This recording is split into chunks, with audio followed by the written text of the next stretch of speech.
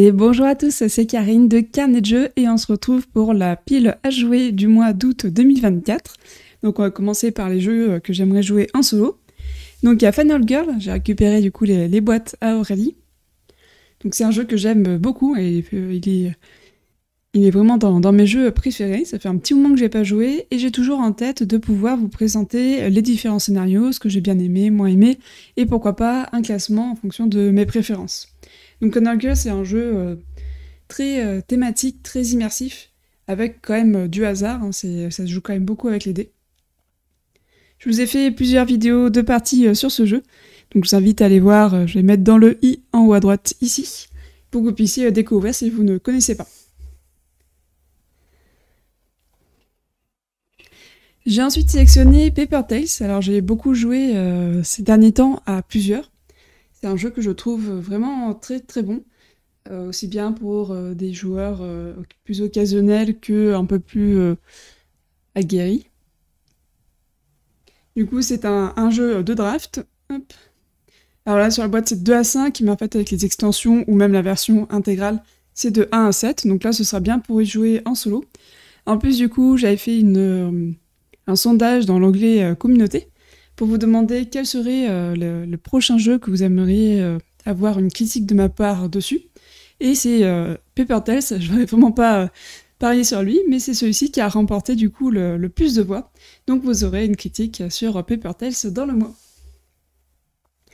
Je vous ferai également une partie solo au-dessus, ça fait un petit moment que j'ai pas joué, donc comme ça, moi, ça me permettra de me rappeler comment fonctionne le mode solo, et ça fait très longtemps que je devais vous faire une partie dessus, donc ce sera l'occasion. Ensuite, nous allons avoir Dungeon Saga Origins, donc là on n'est pas du tout sur le même genre de jeu, on est sur un dungeon crawler qui reste très accessible, c'est la volonté de ce jeu.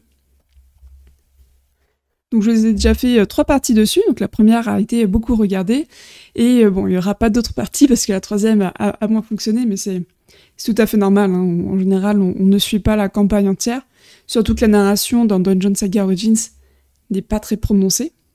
Même pas du tout. Il y a un petit texte d'ambiance au début pour dire ce qu'il faut chercher, et puis ça va pas beaucoup plus loin, donc il n'y a pas vraiment un intérêt à suivre la campagne.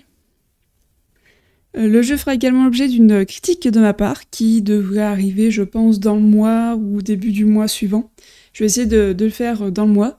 Il y a des très bonnes choses dessus, et puis il y a des points que j'aime un peu moins. Donc voilà, ce sera l'occasion de vous faire part de mes observations, de mes retours à travers cette vidéo critique. Un dernier jeu que j'aimerais jouer solo durant le mois, c'est Spirit Island. Alors on y a déjà joué plusieurs fois en coop, et je pense qu'on va d'ailleurs continuer à y jouer en coop ce mois-ci. C'est Spirit Island, ça a vraiment été une très très belle découverte. Ça faisait un petit moment que je regardais des vidéos dessus sans être pleinement convaincue. Et du coup là c'est bon, on l'a acquis. Donc c'est un jeu de gestion de main avec un peu de pose d'ouvrier mais très léger.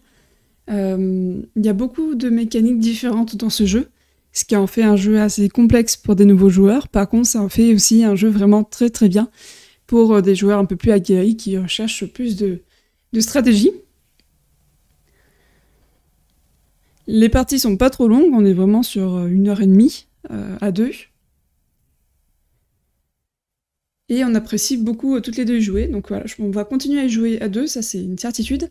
Et j'aimerais également voir en solo comment Spirit Island se débrouille. À 2, on a également commencé Paléo, donc c'est un jeu qu'on va continuer. On a déjà fait du coup 3 parties dessus, on a perdu 2 fois, gagné une seule fois. J'avais déjà joué en plus en festival, il me semblait que ça avait été plus simple.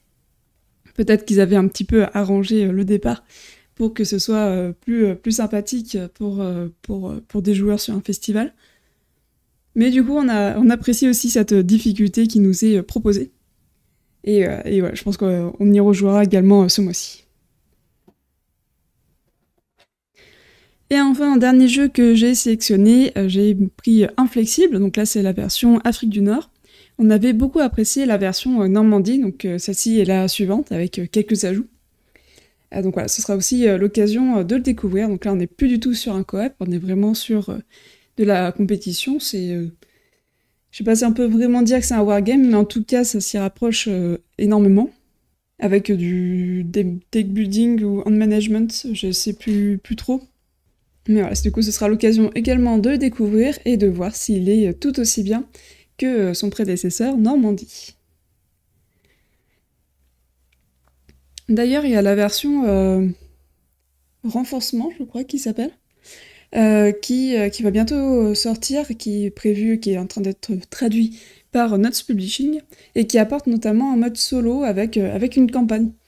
Donc n'hésitez pas à vous renseigner, de toute façon moi je vous en parlerai parce que c'est vraiment un jeu qu'on aimait bien.